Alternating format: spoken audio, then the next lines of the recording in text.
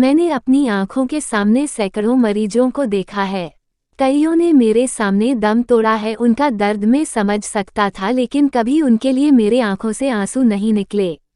लेकिन इस बूढ़े दंपत्ति का दर्द मेरी आंखों से भी आंसू बनकर बह निकला। जिस अस्पताल में मैं काम करता हूँ वहाँ पर 3 शिफ्ट चलती है। उस दिन मेरी सुबह की शिफ्ट थी, जिसका टाइम 9 बजे से 5 बजे का होता है।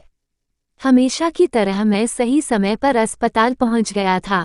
जब मैं अस्पताल के अंदर प्रवेश कर रहा था तो मेरी नज़र वेटिंग रूम में बैठे कई लोगों पर पड़ी, लेकिन एक बूढ़े दंपति पर जाकर रुक गई। बूढ़ा और बूढ़ी दोनों आपस में कुछ बातें कर रहे थे। बूढ़ा अपने हाथों में पीठ पीछे कुछ पेपर बूढ़ी से छुपाने का प्रयत्न कर रहा था।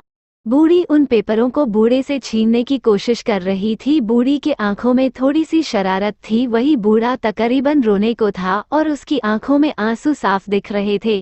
बूढ़ा बोला, इन पेपर्स में कुछ भी नहीं है, खामखा क्यों इनके पीछे पड़ी हो? बूढ़ी ने जवाब दिया, आज तक कभी कोई बात मुझसे छुपा पाए हो मास्टर साहब? वैसे भी एक शिक्षक को झूठ नहीं बोलना चाहिए, तो दिखाओ मुझे पेपर्स। बूढ़ा फूट फूट कर रोने लगा और बोला, नर्मदा, कैंसर है तुम्हें, 1 महीने बाद इस दुनिया में अकेला छोड़कर मुझे चली जाओगी। ये रिटायर्ड मास्टर अपनी जिंदगी भर की कमाई देकर भी तुम्हारे कैंसर की कीमत नहीं चुका पाएगा। बूढ़ा अपना सिर पीटते हुए बोला, तुम्हारे कैंसर की कीमत इस बूढ़े रिटायर्ड मास्टर की औकात से कई गुना बड़ी है, नर्मदा। बूढ़ी अपने पति के आंसू पोंछते हुए बोली, तुम्हारी औकात बहुत बड़ी है मास्टर साहब। मुझसे पूछो, जीवन में तुमने मुझे क्या कुछ नहीं दिया है। मेरी हर ख्वाहिश पूरी की है। और ये डॉक्टर तो कुछ भी कहते हैं, देखना मैं इतनी जल्दी मरने वाली नहीं हूँ। कैंसर के असह्य दुख से गुजर रही बूढ़ी अपने पति के दर्द को कम करने की कोशिश कर रही थी।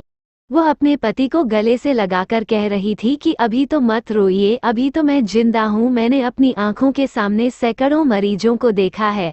कईयों ने मेरे सामने दम तोड़ा है। उनका दर्द मैं समझ सकता था, लेकिन कभी उनके लिए मेरे आंखों से आंसू नहीं निकले। लेकिन इस बूढ़े दंपत्ति का दर्द मेरी आंखों से भी आंसू बनकर बह निकला। इससे पहले कि मैं इस दंपत्ति के पास जाकर उनको हमदर्दी के 2 बोल बोल पाता और उनका हौसला बढ़ा पाता, डॉक्टर विनायक उनके पास पहुंच गए। शायद वह भी मेरी तरह ही कैरेट ल बोल पाता और उनका हौसला बढ़ा पाता। डॉक्टर विनायक उनके पास पहुंच गए। शायद वह भी मेरी तरह ही चुपके उनकी बातें सुन रहे थे।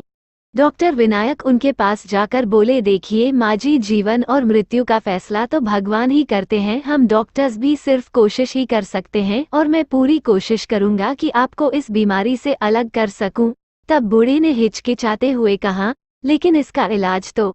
इससे पहले कि वो अपना वाक्य पूरा कर पाते, डॉक्टर विनायक बोले, आप उसकी चिंता मत कीजिए, इसकी जिम्मेदारी मैं लेता हूँ। बूढ़ी ने डॉक्टर विनायक से पूछा, लेकिन आप ये सब क्यों करेंगे? डॉक्टर ने कहा, मैं तकरीबन 12 साल का था जब मेरी माँ इसी बीमारी का शिकार हो गई थी, और मैं तब बेबस और मजबूर था। उन्हें बचाने के लिए मैं कुछ ना कर सका। तभी मैंने ठान लिया था कि मैं डॉक्टर बनूंगा और इस बीमारी हमेशा लड़ता रहूंगा। अगर मैं आपको इस बीमारी से निजात लड़ता रहूंगा अगर मैं आपको इस बीमारी से निजात दिला सका तो मैं समझागा कि मेरी माँ आपके रूप में कुछ और साल इस धरती पर जिंदा रह पाई।